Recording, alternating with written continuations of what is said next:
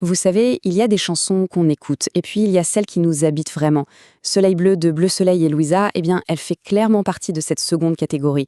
C'est bien plus qu'une mélodie, c'est un véritable hymne poétique à la liberté, une exploration en profondeur de ce que ça veut dire, au fond, de vivre selon ses propres règles. Le cœur de la chanson, sa thèse la plus puissante, tient en une seule et unique phrase, répétée comme un mantra. Mais attention, ce n'est pas juste une demande, c'est un cri du cœur, un plaidoyer brut pour la liberté personnelle. Et tout le reste des paroles, en fait, ne va faire que déplier, que déballer les multiples facettes de cette liberté si désirée. Alors, où commence cette quête de liberté? Elle commence par un retour aux sources, un désir presque viscéral de se reconnecter avec la nature. Mais il ne faut pas s'y tromper, hein. Ce n'est pas une fuite loin de quelque chose, c'est plutôt une fuite vers quelque chose, de plus authentique, de plus vrai, les éléments eux-mêmes. Et pour construire cet univers, les paroles sont littéralement saturées d'images élémentaires. L'eau, le feu, les nuages, le soleil, la terre. C'est une véritable tapisserie sensorielle qui est tissée mot après mot. Ça crée un monde où, enfin, ce désir de liberté peut vraiment s'épanouir. Ce vers, il illustre ça brillamment. Il ne s'agit pas de grandes aventures extravagantes ou compliquées. Non, c'est le désir de se reconnecter à des sensations toutes simples, primaires, presque animales.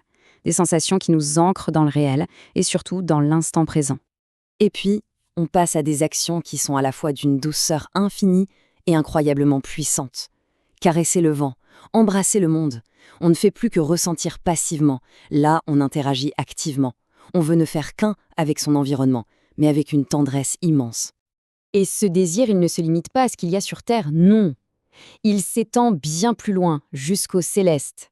Toucher les étoiles, frôler les nuages, ça représente une ambition sans aucune limite, une liberté qui dépasse le corps pour atteindre le domaine des rêves les plus fous. Et c'est là, au cœur du refrain, que se cache un paradoxe magnifique. D'un côté, on a les pieds dans l'eau, qui symbolisent cet ancrage, cette connexion au réel qu'on vient de voir. Et de l'autre, la tête en feu, l'image pure de la passion des rêves. Ce que la chanson nous souffle à l'oreille, c'est que la vraie liberté, ce n'est pas l'un ou l'autre. C'est l'équilibre parfait entre les deux. Être ancré mais passionné, réaliste mais toujours ambitieux. Mais se connecter à la nature, ça ne suffit pas. Après ce voyage extérieur, la chanson nous invite à un autre voyage. Un voyage intérieur cette fois. Et peut-être le plus difficile de tous. Il ne s'agit plus de se libérer du monde, mais de se libérer de son propre passé. Cette petite phrase est d'une force incroyable.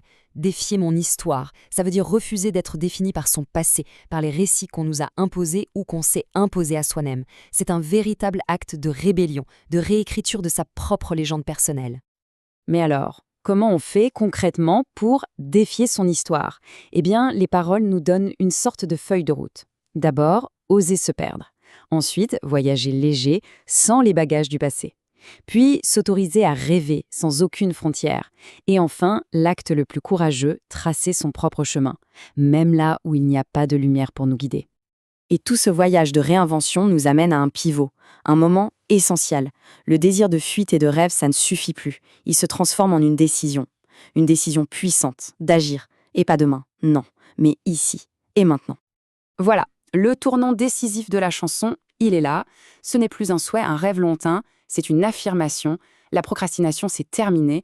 La décision est prise. La liberté, la réinvention, c'est pour ici et maintenant. Et cette phrase qui suit, elle est tellement pleine d'optimisme et de prise de pouvoir.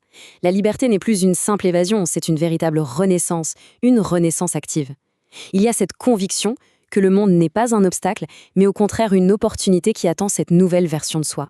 Toutes ces étapes, la connexion à la nature, le défi de sa propre histoire, l'action dans le présent, tout ça nous mène vers une destination finale. Une destination symbolisée par cette métaphore assez énigmatique qui donne son titre à la chanson. Toute la chanson construit son propos pour nous amener à cette question centrale. Mais qu'est-ce que c'est, au juste, ce soleil bleu? Parce qu'on se doute bien qu'il ne s'agit pas d'un phénomène astronomique. En réalité, le soleil bleu n'est pas un lieu physique. C'est une métaphore magnifique pour un sanctuaire intérieur, un état personnel de paix, d'authenticité, de liberté totale qui est, comme le disent si bien les paroles, loin des problèmes. C'est un espace mental et émotionnel que l'on se crée soi-même. C'est donc ça l'aboutissement de tout le voyage.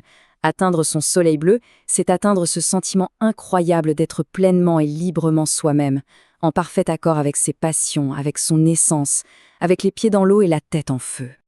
Les paroles elles-mêmes nous donnent un indice sur la fonction de la chanson.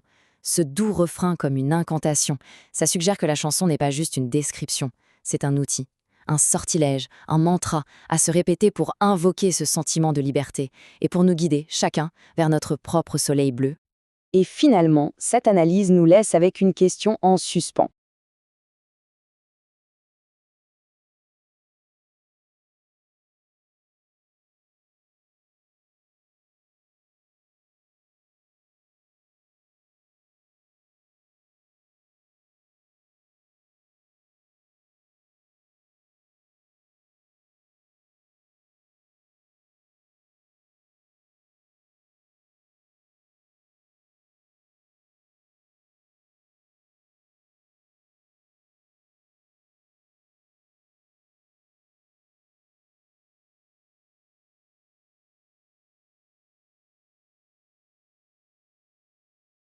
Et finalement, cette analyse nous laisse avec une question en suspens.